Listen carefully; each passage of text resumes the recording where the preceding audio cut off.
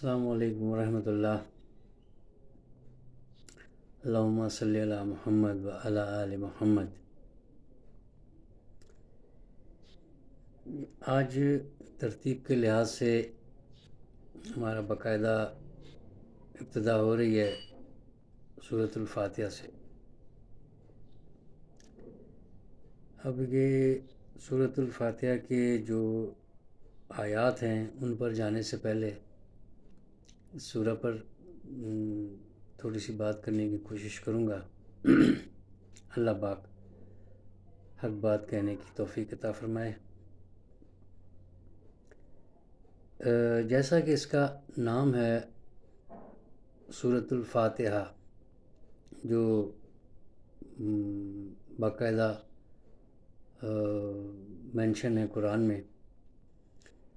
جیسے ہم قرآن کو کھولتے ہیں تو سب سے پہلی سورت ہمیں سورۃ الفاتحہ ملتی ہے۔ اب اس کی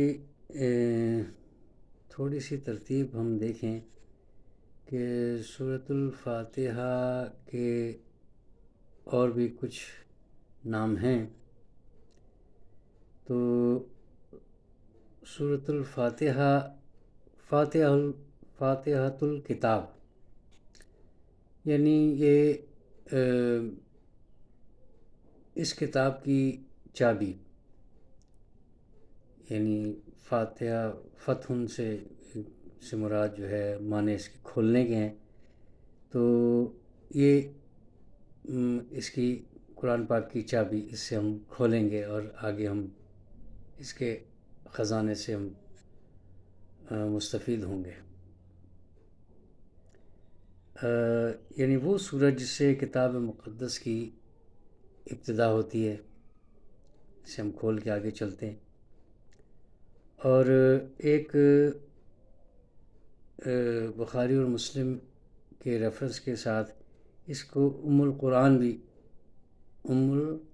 بھی کہا گیا، یعنی قرآن کی ماں، ام القرآن۔ یعنی یہ اس سے ان دونوں ناموں سے یوں رکھے گئے کہ اس سے قرآن کی اصل ہے، اس سے اس کی ابتدا ہوتی ہے۔ لیکن ایک جو ہے ایک اور نام ہے جو بہت مجھے دلچسپ لگا اور بہت پر اثر لگا۔ سبع مثانی۔ اب اس کے لیے یعنی ایک یہ واحد سورہ ہے، یہ واحد سورہ ہے جس میں خود قرآن پاک کے اندر اس کی جو ہے نا فضیلت بیان کی گئی۔ یعنی سورہ اخلاص تک آپ چلے جائیں، سورہ ناس تک آپ چلے جائیں، تو اس طرح سے اس کی جو ہے فضیلت اور اس کی شان ہمیں اور کسی کی نہیں ملے گی سوائے سورۃ الفاتحہ کی۔ اس کے لیے میں آپ کی توجہ دلاؤں گا۔ یہ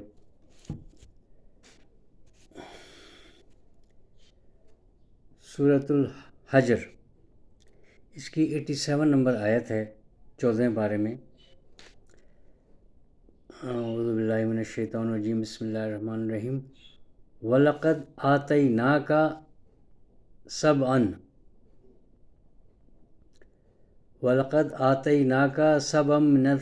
مِنَ الْمَثَانِي وَالْقُرْآنَ الْعَظِيمِ۔ اب دیکھیں کہ وَلَقَدْ آتَيْنَاكَ سَبْعًا، یعنی البتہ تحقیق،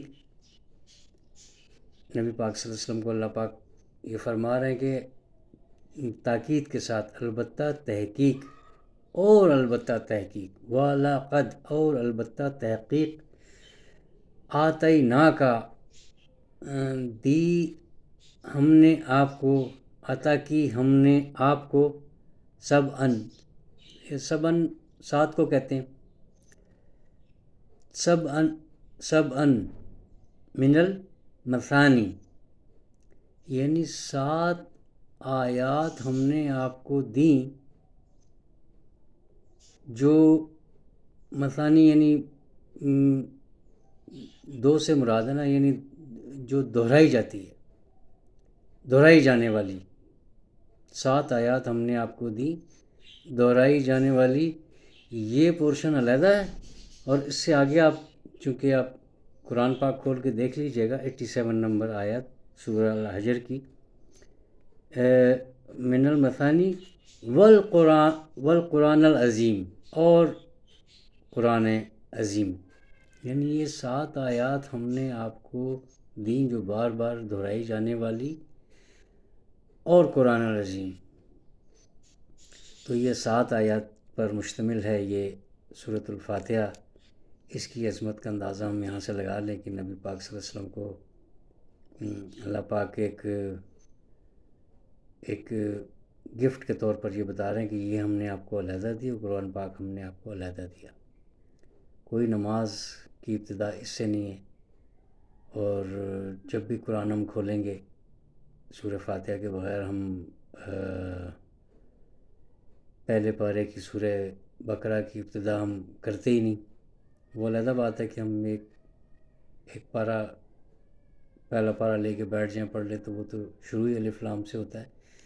بات تو یہ ہے کہ اس قرآن پاک کی ہم بات کر رہے ہیں، وہ بھی ایک اور تفصیل لگی، یہ 30 پارے کیوں ڈیوائڈ کیوں کیا گیا، یہ آگے کہیں آئے گا تو اس کا ذکر کر لیں گے۔ تو یعنی کیا شان ہے اس کی، اس سورہ فاتحہ کی، یعنی ہمارے یہ قرآن پاک کی چابی ہے، قرآن ام القرآن اس کو کہا گیا۔ اچھا، ایک تو یہ میں نے آپ کو ریفرنس دے دیا جو قرآن کے اندر موجود ہے، یعنی کوئی ایسی صورت ہے نہیں جس کا ریفرنس اس طرح سے ہو۔ 7 آیات دیکھ لیں آپ۔ اور ایک جو ہے حضرت علی کے سے ریفر کر کے یہ ہے کہ اس کو سورۃ الکنز بھی کہا گیا ہے، کنز خزانے کو کہتے ہیں، یعنی یہ سورت عرش کے نیچے والے خزانے سے اتاری گئی۔ اس میں کوئی شک نہیں کہ یہ خزانہ سورۃ کنز بھی اس کو کہنا بہت جائز ہے۔ اور سورۃ الشفا بھی اس کو کہا گیا، یعنی ہر مرض کی دوا بھی ہے، جیسے کہ ہم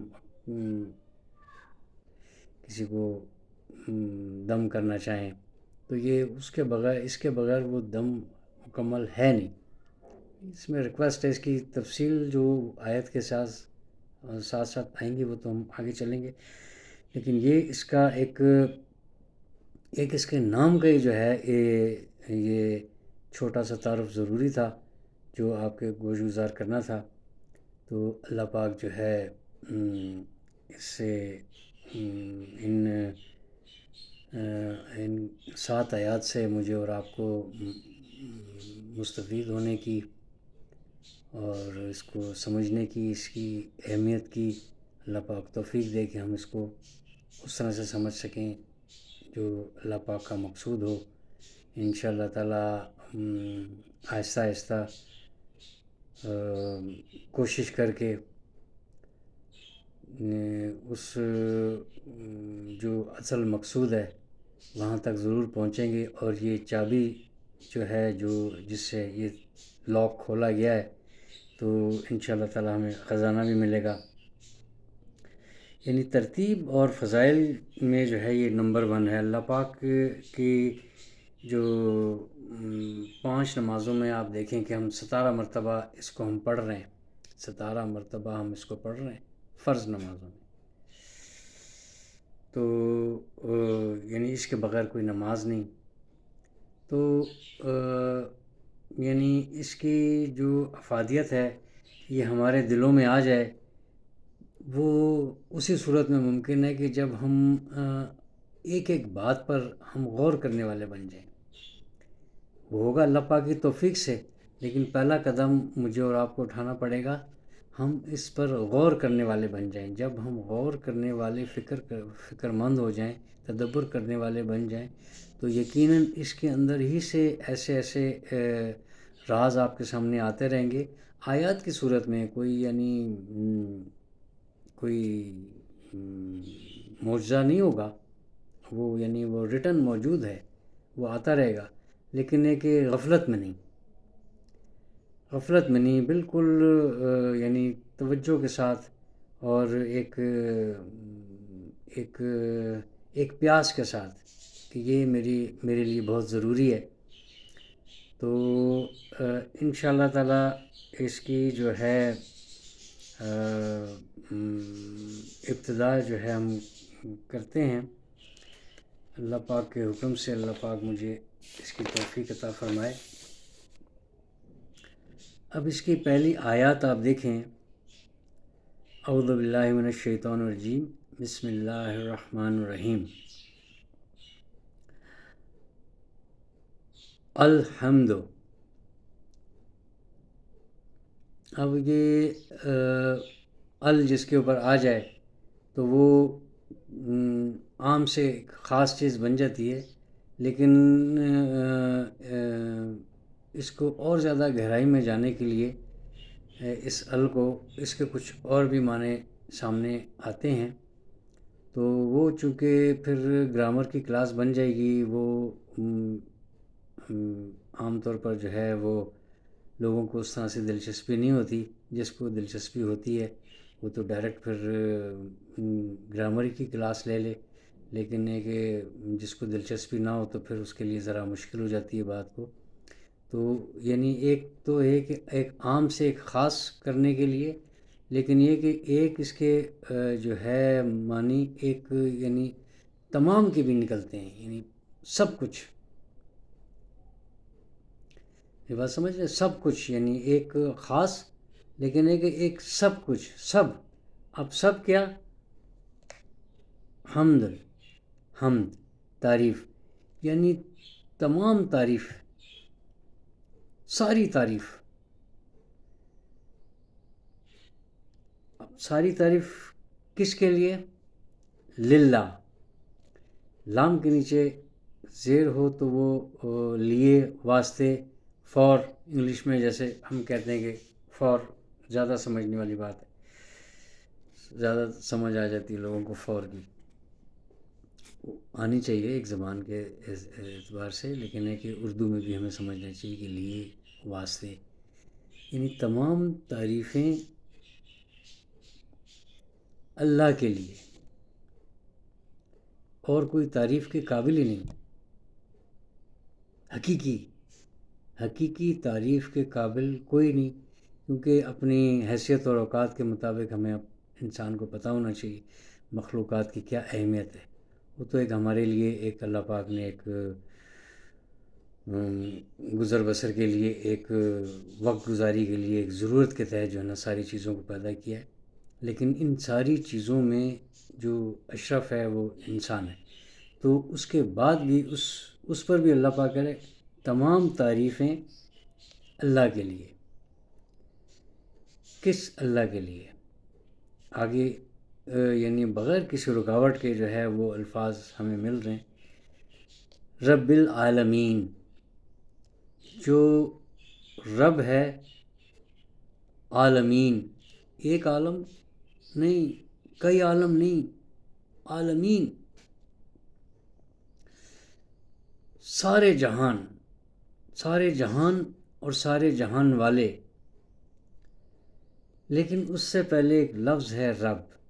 اس کے اندر جو محبت ہے، جو اس کے اندر ایک اپنائیت ہے، وہ اپنائیت آپ دیکھیں کہ اللہ پاک نے والدین کے لیے، جو مجھے وہ بڑا اچھا لگتا ہے، میں اس لیے اس کا ذکر ضرور کرنا چاہوں گا تاکہ یہ رب جو ہے یہ ہمیشہ کے لیے یاد رہ جائے مجھے اور میرے دیکھنے والوں کو. کہ ایک دعا ہے، رب ارحمہما کما ربیانی صغیرا. سبحان اللہ. والدین کے لیے ہمیں یہ دعا سکھائی، یہ بھی اللہ پاک سکھا رہے ہیں. میں ذرا رب کا ایک ربط جوڑنا چاہ رہا ہوں یہاں پر اس سورہ فاتحہ میں جو رب ہے. دیکھیں، رب کا مطلب ہوتا ہے پالنے والا، پروردگار، یعنی بالکل پرورش کرنے والا، بالکل بچے سے زیرو سے لے کر کسی کو جو ہے نا وہ بڑا کرنا، اس کو کھلانا پلانا، اس کا خیال رکھنا، یعنی اس کی تمام ضروریات کا خیال رکھنا.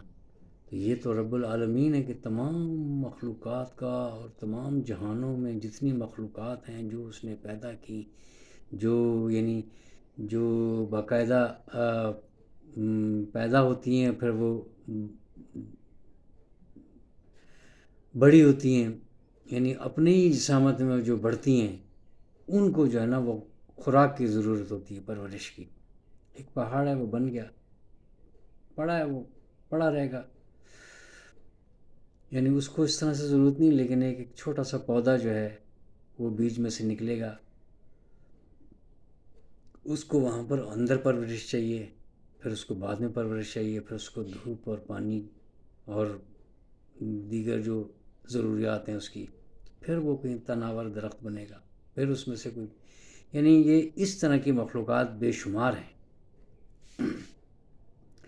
تو رب ارحمہما کما ربیانی صغیرہ، اے میرے رب، اب آپ اندازہ کریں الفاظ کا، اے میرے رب، رب ارحمہما یعنی رحم کر، رب ارحم میرے رب، ارحم رحم کر،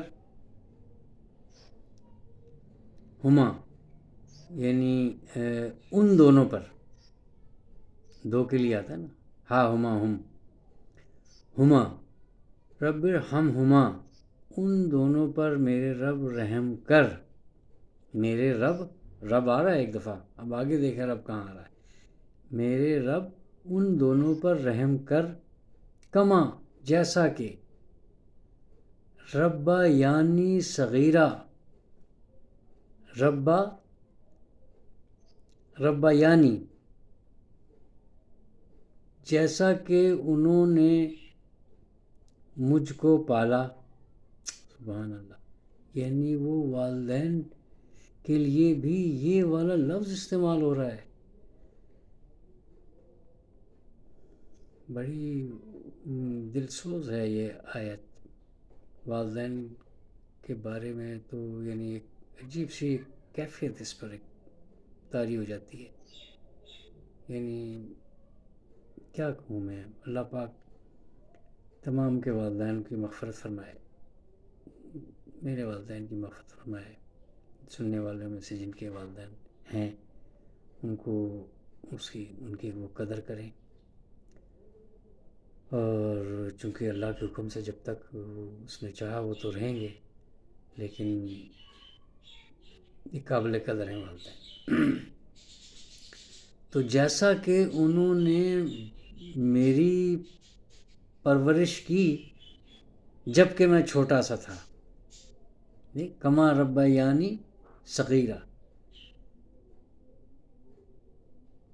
سبحان اللہ، اے میرے پروردگار، اے میرے پالنے والے، ان دونوں پر رحم فرما جیسا کہ انہوں نے مجھ پر رحم فرمایا تھا، میری پرورش کی تھی جب میں چھوٹا سا تھا۔ تو یہ وہ رب ہے۔ تو یہ ہمیں اپنے والدین کو اگر ہم سامنے رکھیں یا ہم اپنے بچے کو سامنے رکھیں تو ہمیں اس محبت کا اندازہ ہو جاتا ہے کہ کس طریقے سے بچوں کو پالا جاتا ہے، کس طرح سے ان کی ہر ضروریات کا خیال رکھا جاتا ہے، جو ایک معمولی بات ہے، یعنی اس کی کوئی حقیقت نہیں ہے، ایک جذباتی طور پر سمجھنے والی بات ہے کہ وہ رب اور وہ ایسا رب ہے، تو اب بتائیں کہ وہ تعریف کے قابل ہوا کہ نہیں ہوا؟ تو تمام تر ہر قسم کی تعریفیں جو ہیں اسی اللہ کے لیے ہیں جو تمام جہانوں کا رب ہے، تمام جہانوں کا پالنے والا، پروردگار، ان کی پرورش کرنے والا، ان کی ہر ضروریات کا خیال رکھنے والا۔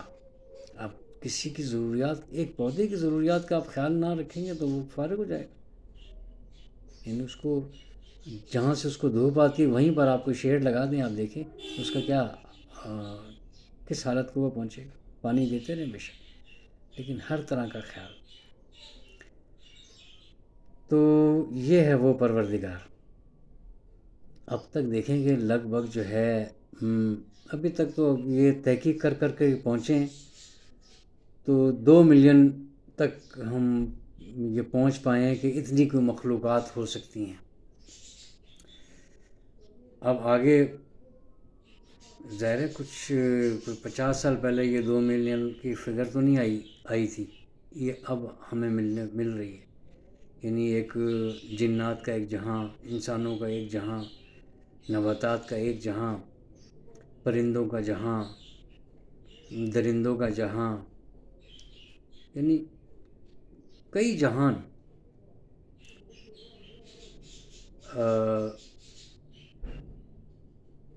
ہر طرح سے ان کو سنبھالنے والا، ان کو دیکھنے والا ایک واحد اللہ تعالیٰ کی ذات ہے، ایک واحد اللہ تعالیٰ کی ایک ذات جو ان تمام کو کیسے تھما ہوا ہے، کیسے وہ چلا رہی ہے، کتنا ان کا خیال رکھ رہی ہے۔ کوئی جو ہے آپس میں کسی کا ٹکراؤ نہیں ہے، سوائے یہ انسانوں اور جنات کے، ہم ان کے مفادات کے ٹکراؤ جو ہے، اور کسی کا ٹکراؤ نہیں ہے۔ دیکھ لیں کہ جنگل میں کسی کا کوئی ٹکراؤ نہیں ہے، سوائے اس کے کہ کسی کی خوراک کے لیے پیدا کیا گیا۔ یعنی کتنے مثال دے رہا ہوں، کتنے ہرن ہیں جو ریور کے ریور ہیں، اور وہ چند ایک ایسے ہیں جو کسی شیر یا چیتے کی جو ہے وہ خوراک کا سبب بن رہے ہیں۔ تو اسی طریقے سے ایک دوسرے کے لیے جو ہے وہ اس کو بھی تو اللہ پاک نے زندہ رکھنا ہے۔ ان درندوں سے وعدہ کیا ہوا ہے کہ ان کو جو ہے نا وہ تازہ گوشت ملے گا، دیکھ لیں کہ ان کو ملتا ہے۔ خیر، کہنے کا مطلب ہے کہ اس طریقے سے ہم جائیں گے تو بہت زیادہ ڈیٹیل ہے، لیکن یہ کہ ہر طرح سے خیال رکھنے والا تمام مخلوقات کا اور تمام جہانوں کا، اسی لیے اللہ پاک نے خاص طور پر یہاں پر یہ الفاظ دیے ہوں گے۔ میں تو یہ توقع کر رہا ہوں، اسٹوڈنٹ ہوں، کوشش کر رہا ہوں سمجھنے کی۔ یہی 1 سال بعد جب آپ ہم اس سے دوبارہ اس کو کریں گے تو اس میں ضرور کوئی نہ کوئی تحقیق کے حساب سے اور بڑی چیزوں کا اضافہ ہو چکا ہوگا۔ تو ایک پہلی آیات کو یہاں پر ہم ختم کرتے ہیں۔ انشاءاللہ آیت نمبر 2 اگلی ویڈیو میں ہوگی، اس میں اتنا زیادہ ٹائم نہیں لگے گا، کیونکہ اس میں سورہ فاتحہ کی بات بتانے کی ضرورت تھی، اور میرے لیے بڑی دلچسپ تھی یہ بات۔ میں نے کہا آپ سے گوشگزار کروں کہ اس آیت کی ایک خصوصیت ہے کہ اس کی اللہ پاک نے علیحدہ سے ایک تعریف کی ہے، جو میں نے آیت ابھی آپ کے سامنے رکھی، یہ ایک علیحدہ ہے اور قرآن ایک علیحدہ ہے۔ تو اللہ پاک مجھے اس پر سوچنے، سمجھنے، عمل کرنے اور دوسروں تک پہنچانے کی توفیق عطا فرمائے۔